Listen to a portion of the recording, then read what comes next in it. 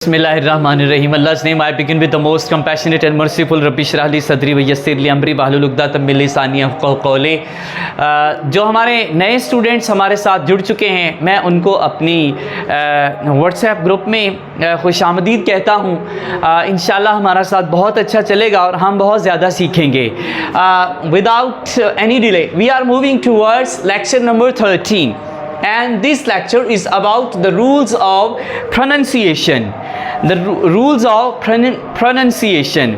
अब ये जो रूल्स हैं ये कोई 20 के लगभग इंशाल्लाह होंगे या इनकी तादाद कम या ज़्यादा हो सकती है, but I'll try my best to make you understand the importance of these rules and the help which they can give you in your daily life, in your studies or in your exams.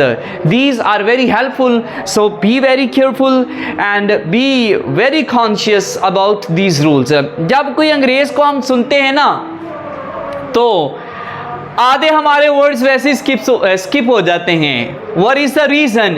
The reason is that they pronounce differently, and when we pronounce the words in a different way. So हम इस lecture में कोशिश करेंगे कि आपका और जो native speakers हैं उनका गैप कम से कम हो जाए। We can not finish, we can not remove this gap, चूँकि जिसकी ऑफिशियल या जिसकी नेटिव लैंग्वेज होती है we cannot compete with them, but we can achieve to the maximum limit or maximum extent. So we will try our best.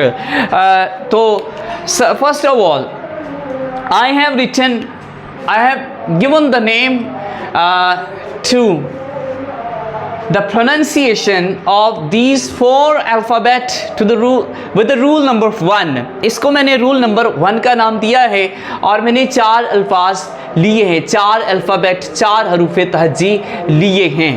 तो first of all खे, it is खे। अब इसमें करते हम क्या हैं, इसमें हम थोड़ी सी एच की साउंड ऐड कर देते हैं, तो ये के नहीं रहता, ये खे हो जाता है।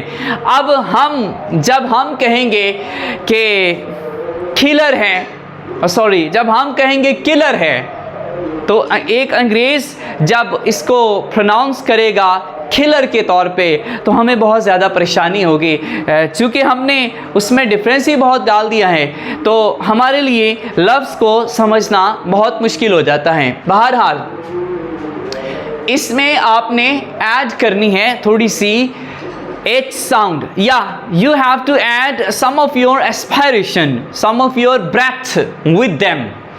आपने थोड़ा सा सांस मिलाना है इसमें। तो के क्या हुआ, खे। इसमें जाहिर है ये रिटन से ज़्यादा ये साउंड से इसकी समझ ज़्यादा आती है, तो ये क्या हुआ, खे। मिसालें मैंने लिखी हुई हैं, वो मैं आपको बाद में देता हूँ। तो ये क्या होगा, fee, it is fee, not P नहीं है, ये कोई पानी पीने वाला मामला नहीं है, इट्स फी। तो फी है। इसमें आपने करना क्या होता है, इसमें आपने you have to remove your hesitation. आप अपनी हिचकिचाहट ख़त्म कर दें तो आप बहुत खूबसूरत इंग्लिश बोलना शुरू कर देंगे। जब आप पढ़ रहे होंगे तो इंशाल्लाह आपको भी इसमें पढ़ने में मज़ा आएगा। तो ये क्या है, फी। आगे इसमें भी ऐड कर दिया क्यू। नेक्स्ट क्या है, इट इज़ टी। ये जो लेक्चर मैं अभी दे रहा हूँ ना, ये हमारे जो पहले वाले स्टूडेंट्स हैं उनके लिए है, जो बैच 2 में अभी आए हैं उनके लिए नहीं है। ये ज़रा ध्यान में रखिएगा। और जो बैच 2 वाले हैं उनको मैं अलहदा से सेंड करूँगा, और जो बैच 1 वाले हैं जो प्रीवियसली हमारे साथ अटैच्ड हैं उनके लिए ये मैं लेसन दे रहा हूँ। वैसे भी वो काफ़ी दिनों से ये इस लेसन की कमी महसूस कर रहे होंगे जी। तो खे, फी, क्यू, टी। अब ये टी नहीं है, ठीक है जी। Now I am going to give you the examples. किलर, अब इसमें भी एक दिन इस पे भी बात होनी है, जब आर एंड पे आता है तो उसका क्या, उसकी क्या सूरत हाल होती है। तो किलर, हम यहाँ पे महदूद हैं, हम फिल वक़्त इनको कर रहे हैं, किलर। और ये बता दूं, किलर इज़ काउंटेबल नाउन, ये नाउन होता है और इट इज़ काउंटेबल। ये एक्स्ट्रा नॉलेज है, लेती जाएं। किलर। Next, king. किंग, बादशाह को कहते हैं किंग, ये भी नाउन है और ये काउंटेबल है। काउंटेबल नाउन से मुराद होता है जो गिने जा सकते हैं उनको हम काउंटेबल कहते हैं, जो नहीं गिने जा सकते उनको हम अनकाउंटेबल कहते हैं। बहरहाल ये एक और भी कॉन्सेप्ट मैं आपका इसके साथ साथ क्लियर करता जा रहा हूँ। आगे, किंडर्ड। किंडर्ड क्या है?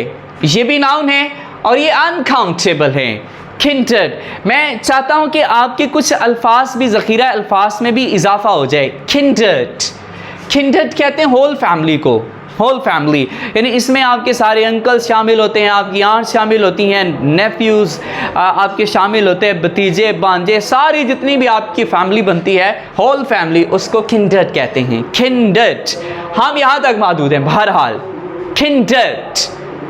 Next, Kindling.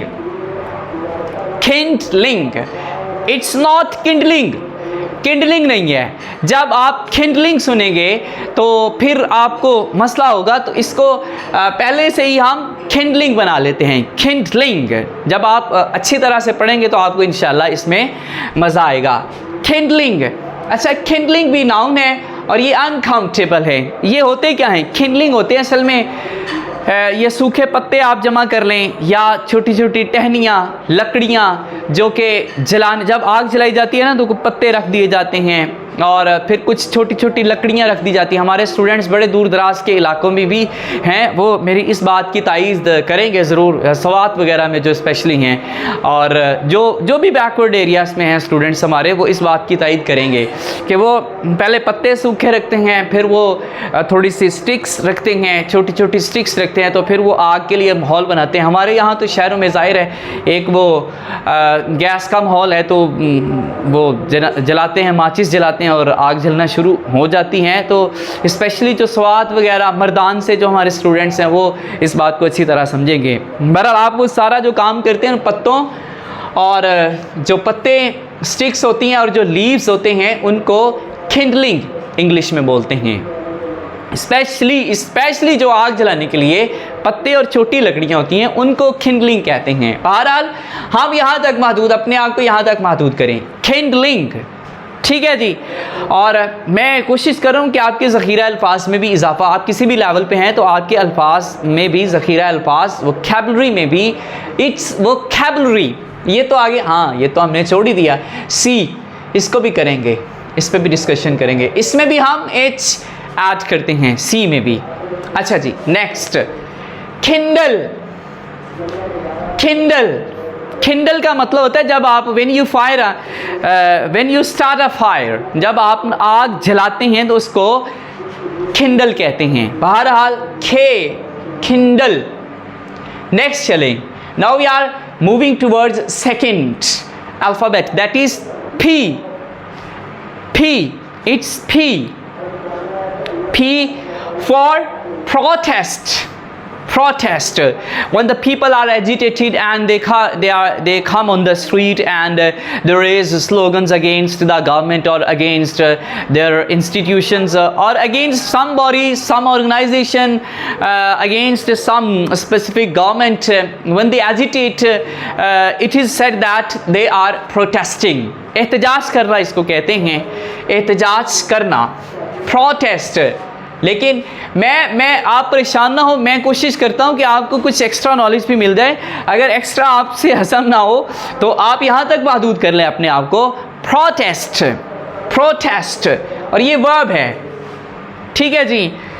आगे है जी प्रूव, ये भी वर्ब है, प्रूव, साबित करना, प्रूव, साबित करना जी। नेक्स्ट है prostate, prostate, prostate, it is prostate. असल में ये फे भी नहीं बनता, तो ये फे भी नहीं बनता। ये बस आप इसको समझ सकते हैं, सुन के आप इसको पिकअप करिएगा। बहरहाल protest has been already done. Prostrate verb है, prostrate. When you bow in worship, it is said that you are prostrating. सजदा करना, पता नहीं अभी इसकी अरबी क्या सही होगी, आप मुझे बता दीजिएगा। सजीदा है या सजदा है, मेरे ख्याल से तो ये सजदा ही है। prostrate, रुकू जाने को भी आप prostrate कह सकते हैं। अगर इसके हम लुग़वी माने की बात करें, लिटरल मीनिंग्स की हम बात करें, तो इसका मतलब होता है झुकना। पर ये रुकू और सुजूद दोनों में आता है। prostrate verb, it is verb. आगे है जी एडजेक्टिव की बात कर लें, ये एडजेक्टिव है proud. Proud, what is proud? फ़ख्र महसूस करना। जब आप व्हेन यू फील प्राउड, जब आपको अच्छा, when you feel good over doing something और over the doing of the people, जब आप लोगों के काम पे अच्छा फील करते हैं या अपने काम पे अच्छा फील करते हैं, तो उसके लिए लफ्ज़ इस्तेमाल किया जाता है प्राउड। प्राउड, प्राउड क्या है? एडजेक्टिव है। प्राउड क्या है? एडजेक्टिव जी। और इसका मैं सेकंड भी लिख देता हूँ। इसकी जो सेकंड कंपैरेटिव डिग्री होती है ना, उसको प्राउडर कहा जाता है। शायद आप पहली दफ़ा सुन रहे हो प्राउडर। प्राउड हमने बड़ा पढ़ा है, बट हमने प्राउडर बहुत कम पढ़ा है। तो आज से ये भी जहन में रख लीजिएगा, it's comparative degree is prouder. Proud, prouder. और इसकी जो सुपरलेटिव डिग्री होती है वो प्राउडेस्ट होती है। बहरहाल हम महदूद हैं यहाँ तक।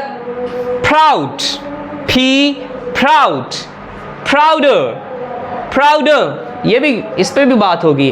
Prouder and the last one is proudest. Proudest, ये I have discussed only 2 alphabet. इंशाल्लाह 3 मैं नेक्स्ट डे आपसे शेयर करूँगा।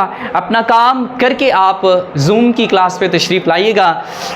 अल्लाह ताला आपको बहुत खुश रखे, अल्लाह ताला आपका हामी नासिर हो। अस्सलामु अलैकुम रहमतुल्लाह।